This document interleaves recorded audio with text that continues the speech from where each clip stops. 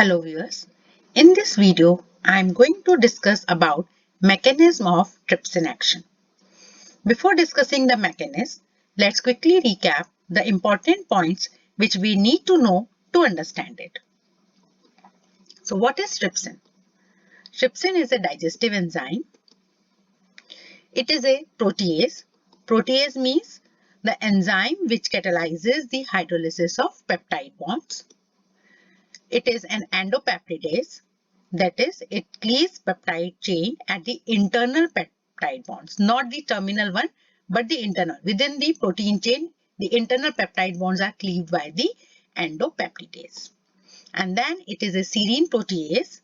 That is, serine residue is present at the active site that participates in the catalysis, and serine is serving as the nucleophilic amino acid at the enzyme active site. Now, catalytic triad. What is catalytic triad? At the catalytic site of the trypsin, these are the three amino acid residues: histidine 57, aspartate 102, and serine 195. They are present and they come together in the folded structure, which is essential for the active site catalysis. So this is the structure, these folded structure of the protein. This is the imidazole ring for histidine. So it is histidine 57. This is aspartate 102 and this is serine 195. So in the long chain, the primary sequence of the amino acids, the histidine is present at the 57th position. That is 57th amino acid from the N terminal if we start counting is histidine, and aspartate at 102 and serine at 195. So these amino acids are far apart. While during the folding, since enzymes are the globular proteins, so during the folding of the molecule, these three amino acid residues come together. And these three are responsible for the catalytic action of the trypsin enzyme. Then the specificity of trypsin. The side chain of substrate fits into S1 pocket of enzyme. So here, in this case, this is the example where the trypsin, which is an enzyme, which is a globular protein. This is protein. Even the substrate is also protein. Because what is the role of the trypsin? It cleaves the peptide bond. Okay, since we have seen that trypsin is a protease, so it cleaves the peptide bond. Therefore, the substrate is also a protein and the enzyme is also a protein. Now, what has happened is that in trypsin, there is S1 pocket present. And in this S1 pocket of the enzyme, the side chain of the substrate, that is again a protein, the protein which is to be cleaved, the side chain of that protein fits into S1 pocket of the enzyme. Okay. Now, in trypsin, there is a negatively charged aspartic acid residue. What is aspartic acid? Aspartic acid is that amino acid. This is acidic in nature. It is acidic amino acid. In amino acid, we have the COH. Amino acid means amino group, NH2 group and COH group. Okay, so if one acid and one amino group is there, then it is neutral amino acid. Acidic amino acids are those amino acids in which there are two COH group and one NH2 group. So that is acidic amino acid. So one COH and NH2, which are alpha to each other, they exist as Zwitter ion. The second acid, the second part, the second COH is present as COO negative because all the reaction is taking place at pH 7, at the neutral pH. Similarly, basic amino acids are those amino acids where 2 NH2 and 1 COH group is present. So 1 COH and 1 NH2 exist as a Zwitter ion, CO negative and NH like this, CO negative and H3 positive. And the second NH2 group which is present as NH3 positive. See, NH3 positive because again the medium is the neutral. So at neutral pH it is existing as NH3 positive. So aspartic acid is negatively charged because it is having a COH group. So COH group exists as CO negative. So there is a negative charge on the aspartate ion. The negative charge aspartate ion is present at the bottom of the S1 pocket. S1 pocket we are talking about S1 pocket of the enzyme. So the S1 pocket of the enzyme is having negative charged aspartate ion, and this aspartate ion is at 189. That is 189 is the position of the amino acid. So aspartate ion is present at the 189th position and that is present at the bottom. And therefore, since there is a negative charge in the pocket, so positively charged amino acid side chain get fit into it. And this positive charge amino acid are present on those proteins which are to be hydrolyzed. So the protein which is to be hydrolyzed, then the side chain in that protein which contains lysine and arginine fits into that pocket. See, this is lysine, this is the basic amino acid, and this is arginine. As I told you, there is one COOH and one NH2 which is existing as a zwitterion, and the other NH2 exists as NH3 positive. So this is lysine and this is arginine. Okay, both of them have the positive charge in the side chain. So these positive charge side chain fits well into the S1 pocket of the enzyme, and hence trypsin hydrolyzes peptide bonds on the carboxyl side of basic amino acid residues, for example lysine or arginine. So now let's see the specificity of trypsin. So this is the S1 pocket of trypsin, and this is the aspartate 189 which is present at the bottom of the trypsin, this S1 pocket of the trypsin. The black circle indicates carbon, the blue the nitrogen, and red the oxygen. So aspartate, in the aspartate the side chain is CH2COO negative. So 2 carbons and 2 oxygen, and negative charges on both of these oxygens. Okay. So this is deep groove pocket with negatively charged aspartate inside the pocket. Okay. Now this is the structure of arginine. This is the peptide chain, and in this peptide chain arginine is present as a side chain. Okay. I can write it loud like this. As I told you, the blue circle indicates nitrogen, the black indicates carbon, and the red is the oxygen. So we can write down this whole molecule like this, and see, when it binds to the S1 pocket, it fits so well because there is a negative charge here. So the positive charge side chain can easily form bond with the S1 pocket. Okay. So this is the specificity of trypsin. So now in trypsin, the catalytic power of the trypsin is due to the catalytic triad. Catalytic triad, we have just discussed that. That is the histidine, serine, and aspartate. This is the catalytic triad which is responsible for the catalytic power of the trypsin, while the specificity of the trypsin is due to the shape and the nature of the active site, that is the S1 pocket at the active site, which is providing the specificity to the trypsin. Now, a simple peptide bond. Here what we are discussing, the cleavage of a peptide bond which is formed between the two different amino acids. Now, when we take a simple peptide bond between two amino acids in water at room temperature, it has a half-life of several years. So take this example, and here water is added. So this is a peptide between two different amino acids, and on hydrolysis, we get the mixture of amino acid. This reaction is very, very slow. As you can see, the half-life of this reaction is several years. And the reason for that is the resonating structures of a peptide bond. This is the peptide bond. And this, if we talk about, this is the protein molecule. And this is a peptide bond which is to be cleaved. Then due to the resonance, the lone pair of electrons available on the nitrogen is in resonance with the carbonyl group. See, the lone pair of electron comes here, and the double bond shifts towards the oxygen. Double bond means pi bond. So since the nitrogen is neutral and it gives its electron here, so there is a double bond with the nitrogen having the positive charge. This is single bond with oxygen having the negative charge. So these are the resonating structures of the peptide bond. Now what has happened is that due to resonance, there is a double bond character between carbon and nitrogen. As you can see, there is a double bond between carbon and nitrogen. This is the bond to be cleaved. And this bond is so strong because double bond provides stability, the strength to the carbon-nitrogen bond. Secondly, this carbonyl carbon is less electrophilic in nature. Why? Its electrophilicity is reduced because when the pi electrons shift towards the oxygen atom, carbon is having the partial positive charge. The positive charge and the electrophilicity is due to this positive charge on the carbon. The positive charge on the carbon is reduced by this lone pair of electrons available on the nitrogen. So since nitrogen gives its lone pair of electrons, so positive charge on the carbon is reduced, and hence electrophilicity is reduced. And therefore, the role of the enzyme, because enzyme has to cleave this peptide bond, so the role of the enzyme is to employ a powerful nucleophile to attack at this unreactive carbonyl group. Okay, so this is the unreactive carbonyl group of the substrate, and enzyme has to provide a powerful nucleophile to attack it. Now, which nucleophile is employed by trypsin to attack the substrate carbonyl group? Now, for this, we will see the mechanism of trypsin action. Till now, whatever I have discussed in too much detail in my video on serine protease. So, if you want to know much more about that, you can watch my video on serine protease. Now, let's come to the main part of this video, that is the mechanism of trypsin action.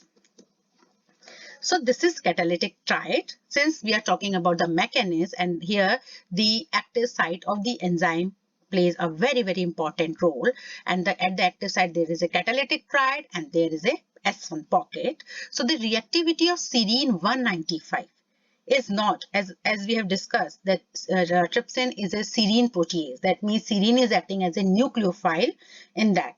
Okay, so the reactivity of serine 195 is not due to a property of the serine residue itself, but depends on the special surroundings of this residue, which is histidine 57 and aspartate 102, which makes serine especially reactive.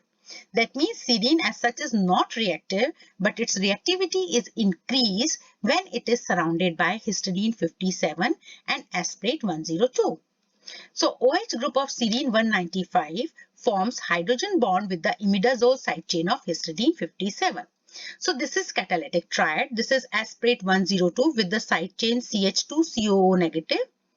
This is histidine 57 with the side chain CH2 and this imidazole ring. And this is serine with side chain CH2 and OH. So these are the three amino acid residues at the catalytic side, that is called catalytic triad. And here the H of the OH group of serine forms hydrogen bond with the imidazole side chain of histidine. Okay. Then aspartic acid is present. Aspartic acid is present as aspartate in the opposite side of the imidazole ring, where the negatively charged carboxyl group can interact with the hydrogen on the nitrogen of the ring. So see this hydrogen bonding between the nitrogen and the hydrogen of the OH of the serine, and now this hydrogen and O negative can also form bond. Okay, so this is the structure, the catalytic triad of the enzyme. Okay, now what is the role of histidine 57 here? Histidine 57 polarizes the OH group of serine, that is, histidine acts as a general base catalyst. What is a base? What is the role of a base? Base is a hydrogen ion or proton acceptor. So what is histidine is doing is that it accepts this proton. It takes this proton from the serine. So as the proton is withdrawn from the hydroxyl, what is happening? When the hydrogen is taken up by the imidazole, the ring of the histidine, the oxygen will have the negative charge. That is, OH is getting converted into O negative, that is alkoxide ion.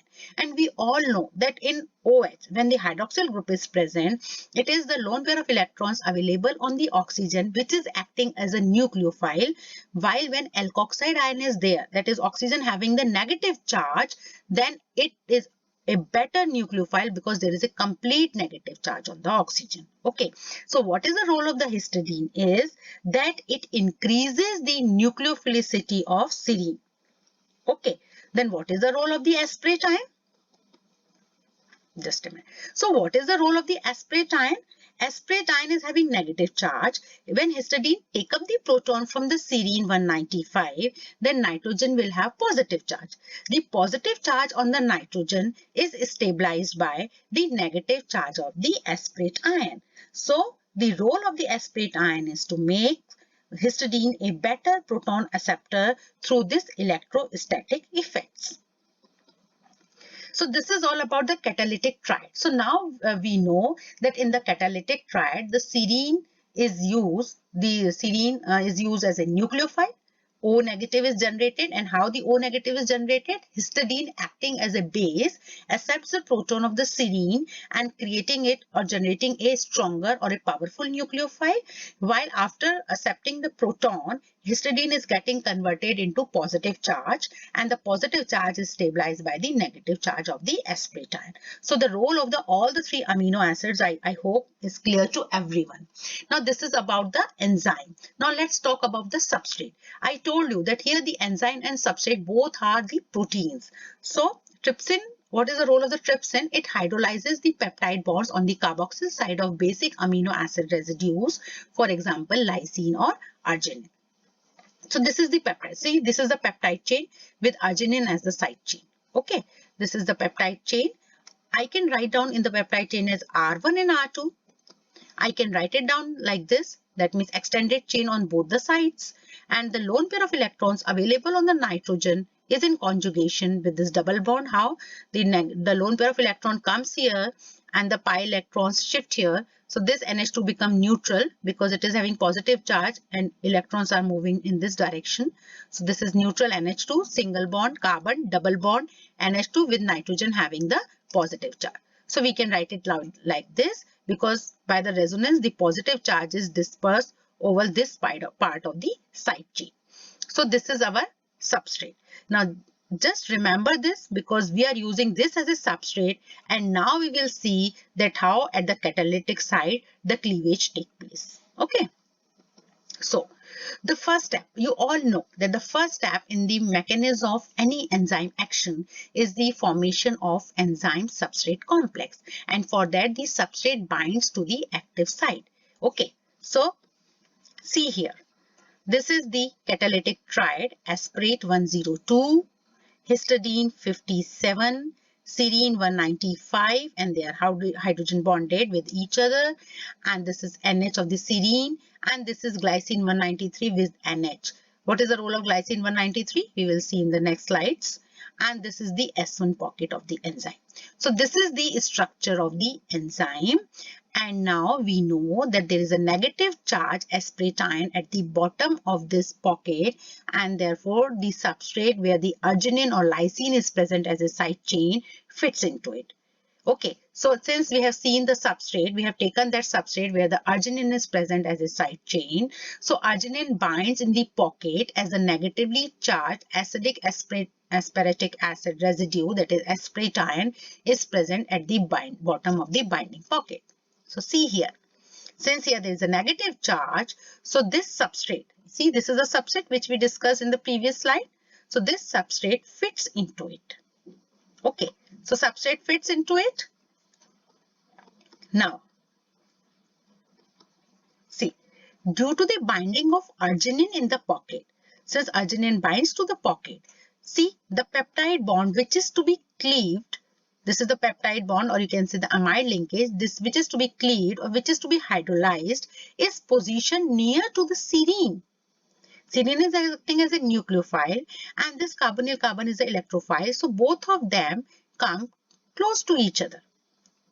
Now we have discussed what is the role of the histidine. It acts as a base catalyst. So it accepts the proton.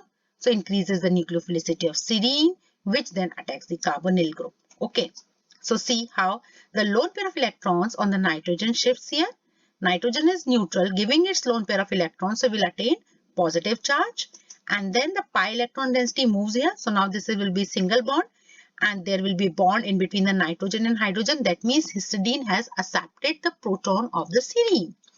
So now the alkoxide ion O negative, which is generated, attacks at the carbonyl carbon and the double bond shifts towards the oxygen. So I hope it is clear to everyone that the lone pair of electron shifts here.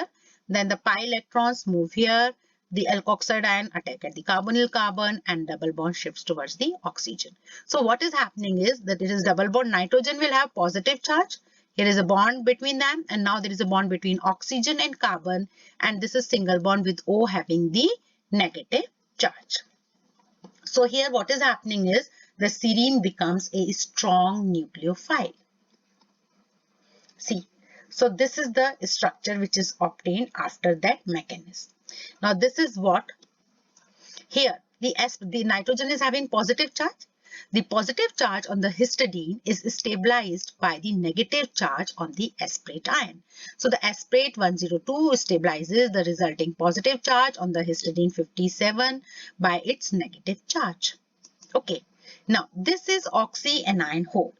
Now the attack of the nucleophile. When the nucleophile attacks, what has happened is the geometry of the carbon is changed. Initially it was a carbonyl group, and we know that in the carbonyl group the geometry is, it is trigonal planar.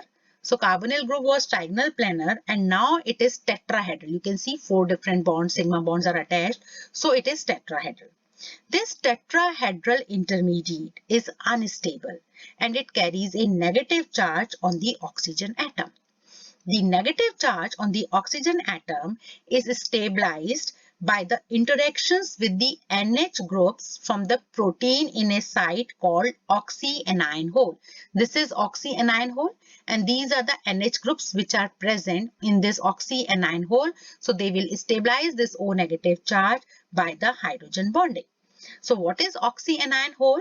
Oxyanion hole is a pocket in the active site of the enzyme that stabilizes the transition state carrying negatively charged oxygen, that is alkoxide ion. And in this pocket, that carries typically a backbone amides. See, this is backbone of the amide. This is the backbone of the amide.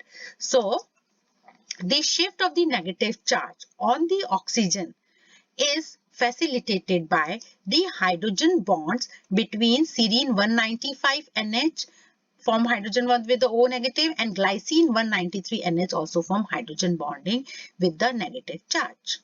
And this is all reaction is taking place in oxyanion hole. So in oxyanion hole, this tetrahedral becomes stable, or it is stabilized, because the negative charge of the oxygen can form hydrogen bond with the serine 195 and glycine 193. So I hope the role of the glycine 193 is clear to everyone. So the tetrahedral intermediate formed is stabilized in oxyanion hole.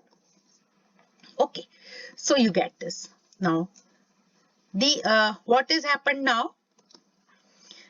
There is a reconstruction of this double bond. This double bond is reconstructed. How? The negative charge will shift here, and in this whole reaction, this hydrogen, which is accepted by the histidine, this hydrogen, the histidine act as an acid catalyst and remove this hydrogen. So histidine in the previous reactions, previous steps, in the previous steps in the mechanism, it is acting as a base, we have seen, while here now it is acting as an acid. So histidine is a very important catalytic group, as it can act as both an acid and a base. And this is because the pK value of imidazole ring of the histidine is 6, which is close to neutrality. So it can act as an acid or it can act as a base. Now see the reaction. What has happened is the negative charge shifts here because of the reconstruction of the carbonyl group, the double bond, C double bond O, the negative charge comes here. So this bond get cleaved and it take hydrogen. So NH negative take hydrogen, get converted in NH2. So this part of the protein goes out as NH2. Okay, and then the bond shifts here. So now there will be a bond here. This bond shifts here. So what has happened is that the nitrogen is having the positive charge and bond shifts here. So it becomes neutral, single bond, double bond. Now there is no bond while this hydrogen goes out as NH2 and the protein is removed. Okay. So see, the protein, one half of the protein is removed. So thus the protein chain is cleaved and it produces an acyl enzyme. See, this is acyl enzyme intermediate. What is acyl enzyme? Why it is called acyl enzyme? Acyl, what is acyl group? RCO group is acyl group. See, this is enzyme, only different. The red part indicates the substrate and this black part is the enzyme. So this red part is substrate. And the substrate is bound to the enzyme and it is general COR. General formula if I write down, I can write it down as R.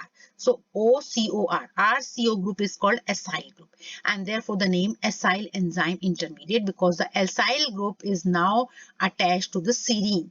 Okay, so the peptide bond, the remaining peptide bond binds to the serine as the acyl part in the form of ester. You know what is ester?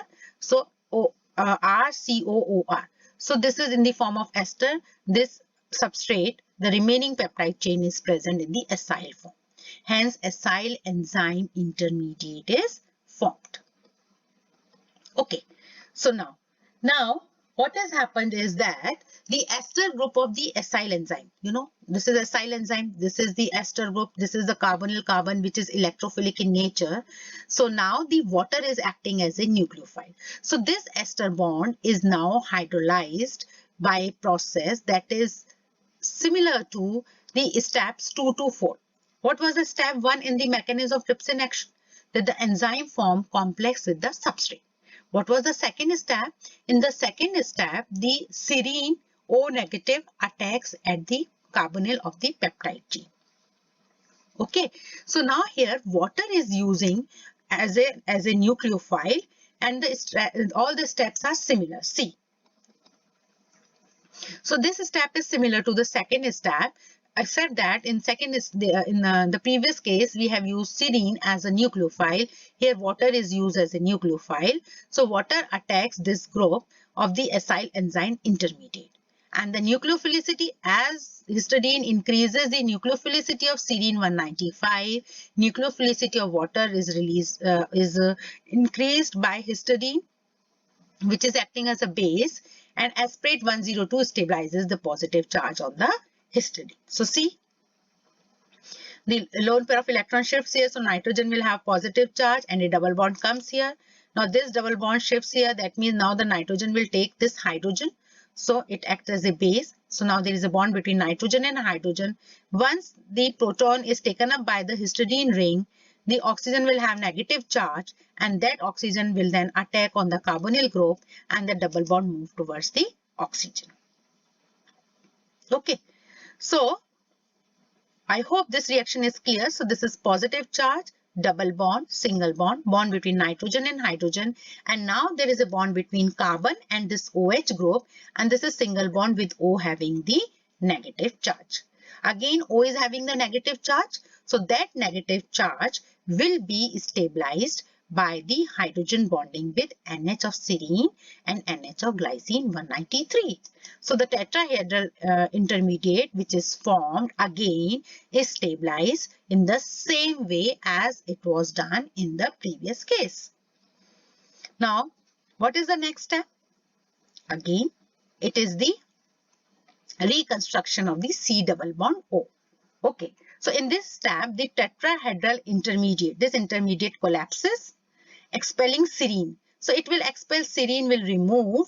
So here now the histidine is acting as a general acid catalyst and increases the leaving tendency of serine. Since see, this group is attached to serine, so histidine will help in the removal of the serine.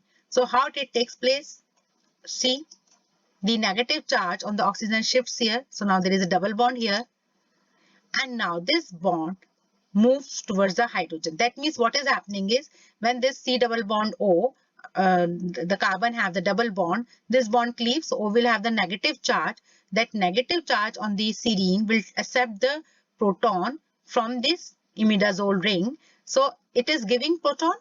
Since it is giving proton, so histidine is acting as an acid.